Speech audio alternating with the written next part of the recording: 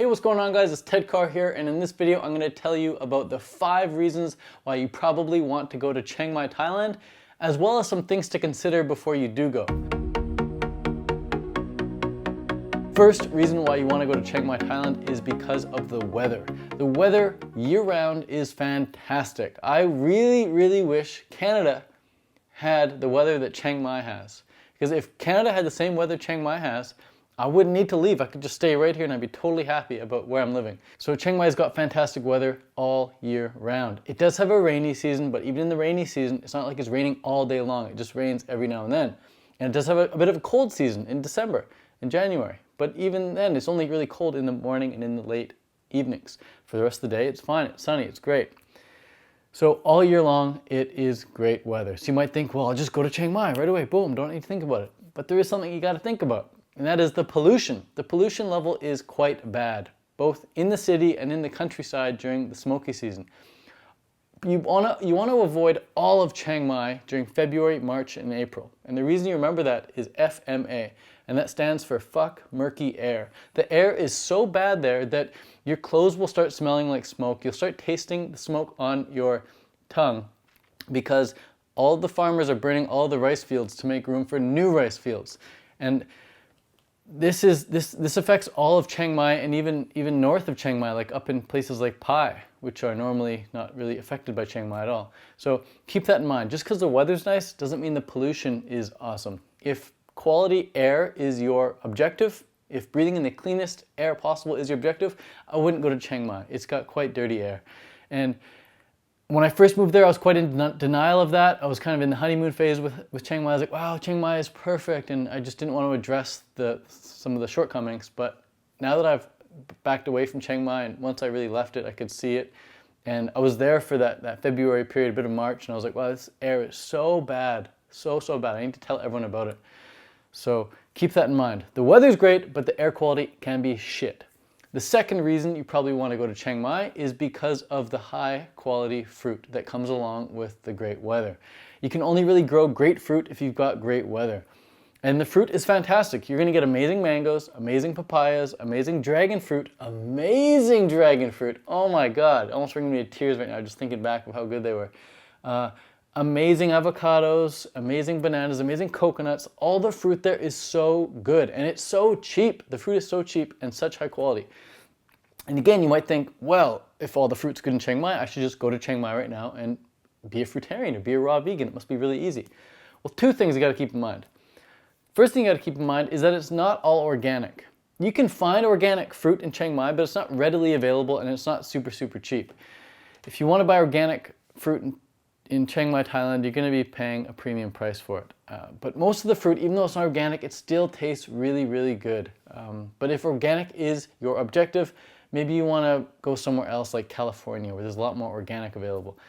But Chiang Mai's got the low fruit price and it's got the abundance, the sheer and absolute abundance. Everywhere you go, there's pineapples on the side of the road, there's watermelon on the side of the road, there's cut up guava on the side of the road, although they dip it in some candy sugar sauce or whatever, and the pineapple is dipped in salt water as well. You got to keep that in mind. So there's these little shady things you got to bear in mind when dealing with Thailand, but the fruit is absolutely everywhere and it's so cheap. You can live on a fruitarian diet for less than $300 a month there, no problem. So keep that in mind. And the second thing you got to keep in mind is, yeah, okay, it's not all organic. There's quite a lot of pesticides on the fruit.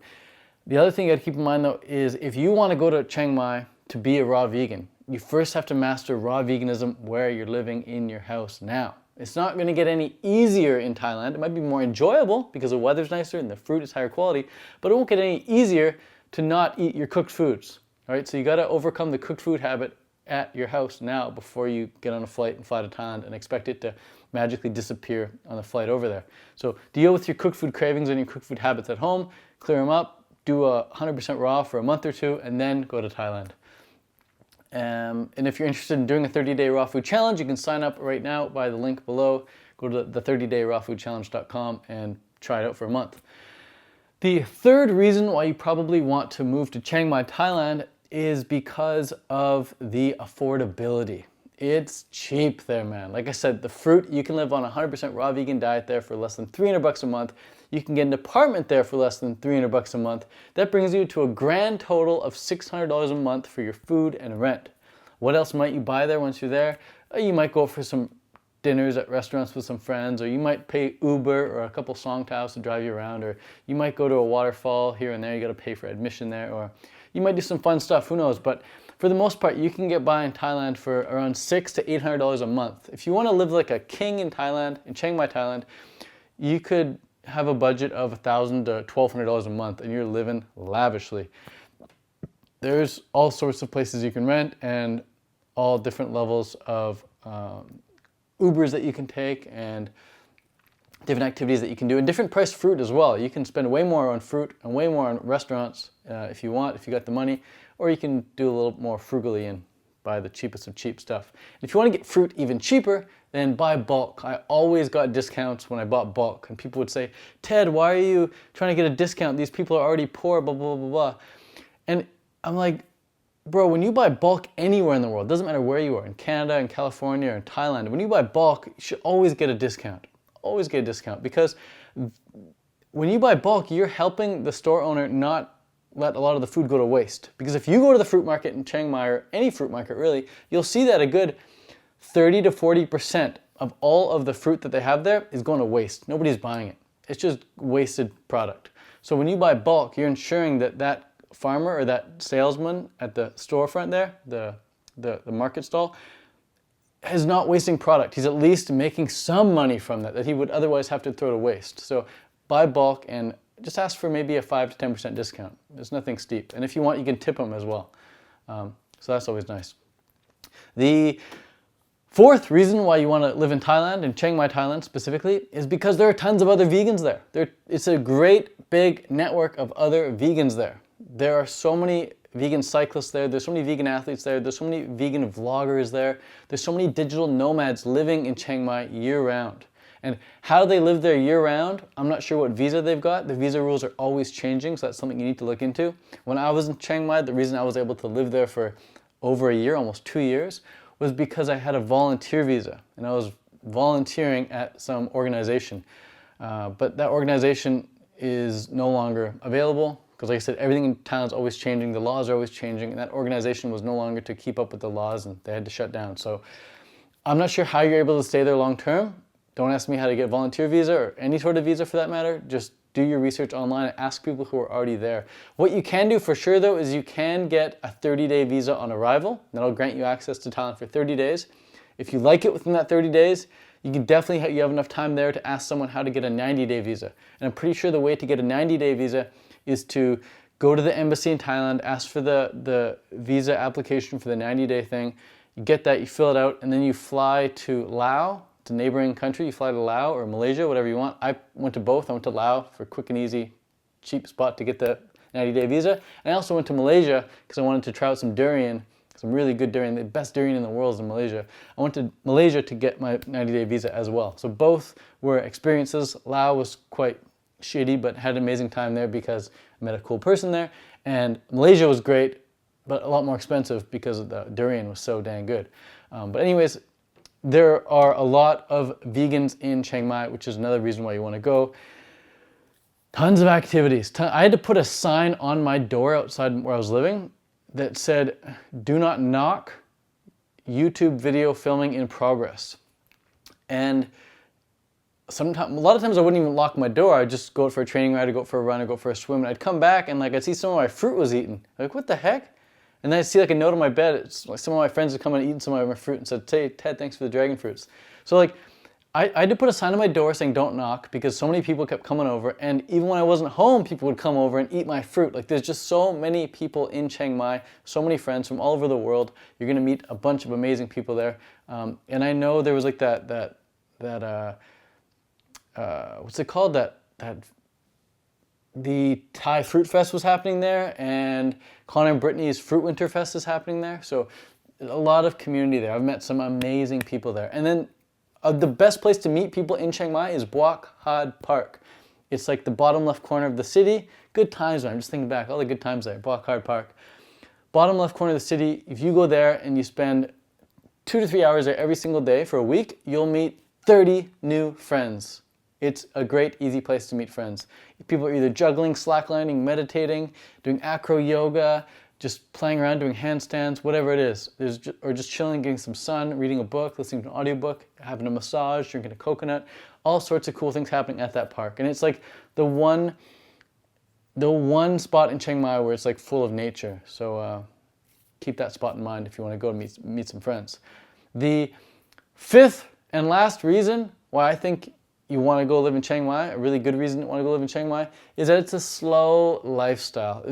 And no one's in a rush. There's something called Thai time, which means if someone says, all right, we'll meet at 5, probably means like 6 or quarter to 6 or 6:30 even. Like it's Thai time. It doesn't really matter. Like no one's in a rush, which can be unhelpful at times if you've got to get to the airport at a certain time. And the taxi driver's like, oh, sorry, didn't know, like, you had to be there at a certain time. Sorry, I'm not going to be there for another hour. You're screwed. Or if you tell, like, the lady at the front desk to call you a taxi, whatever, you come back, like, 20 minutes later, she's like, oh, sorry, I haven't done it yet. Like, no, sorry. She won't apologize. It's very North American, it's very European to be apologetic. In Thai, they don't really apologize for things. They just think, like, meh, I'll call now. I didn't call the taxi for you yet, I'll do it now. But they won't apologize and say, oh, I'm so sorry, sir, I'll call the taxi now. They're not very apologetic, it's just their culture. It's not good or bad. In North America, we're very apologetic, to a fault almost sometimes. And I remember I spent so long in Thailand, no one ever apologized, no customer service would ever apologize. And then I flew home and I had to transfer in China. And when I was transferring in China, I bought a couple bottles of water, and one of the bottles of water had some salt in it. So I took it back and said, hey, can I get a refund? And the lady was like, oh my God, I'm so sorry. And she like ran to the back of the building and came back and like was hustling and was like, so sorry, sir, here, have this new bottle of water. Like, no problem, blah, blah, blah. Like very apologetic.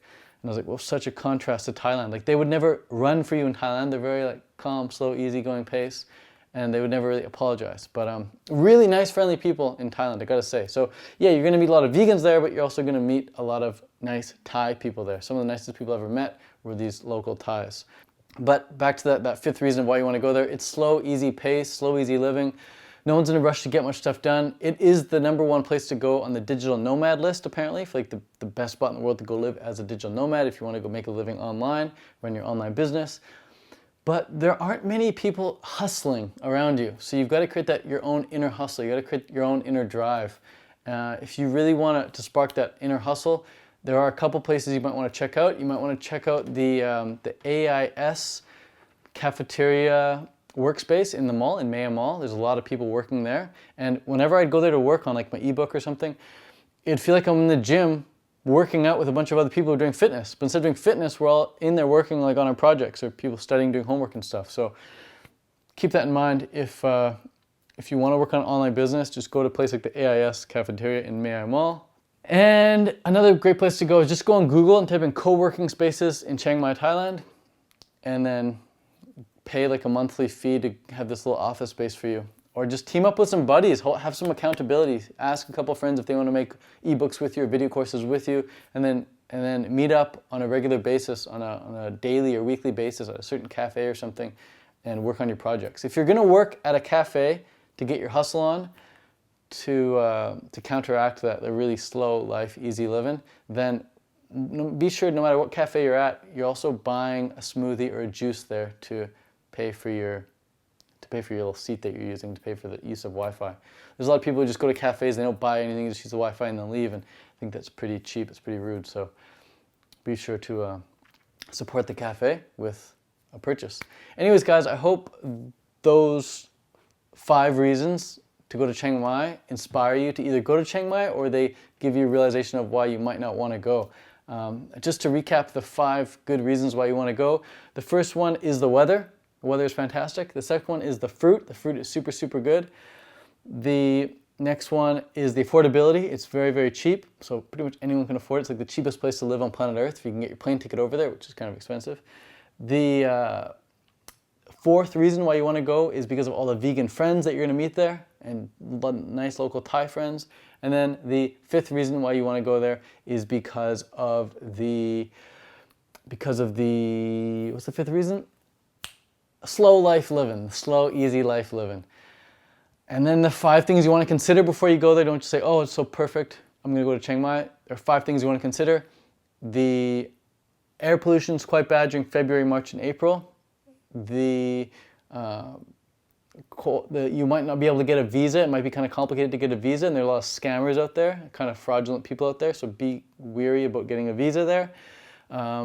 The fruit is not always organic, so make sure to seek that out, or just bite the bullet and just know that you're consuming some pesticides and herbicides whenever you eat the fruit there. The customer service is not apologetic at all, so if you get offended by that, you get offended by people not taking responsibility and apologizing for their actions or whatever, then you might not want to go to Thailand if that's the case. And it's very slow life living. Like, you don't really have a fire lit up on your ass to get shit done. It's really easy just to coast. These people going to dinner every night at these certain restaurants, and they're not really progressing with anything. They're just going for bike rides and eating food, and going for bike rides and eating food, and that's their life. But perhaps they're there, I'm sure they're there because they have a big savings account, or their parents paid them or something, and they have this big savings account, and they're using up their savings. But it's very rare for me to find somebody actually working on a project there to try and make some money. So if you want to make money, you gotta, like I said, go to that cafe and work your ass off there. But I hope this video was helpful for you guys. If it was, please give this video a thumbs up and subscribe if you're not subscribed already. Do yourself a favor and hit that big red juicy subscribe button down below.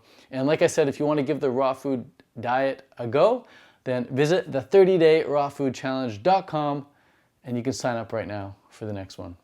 Adios, guys. Peace out.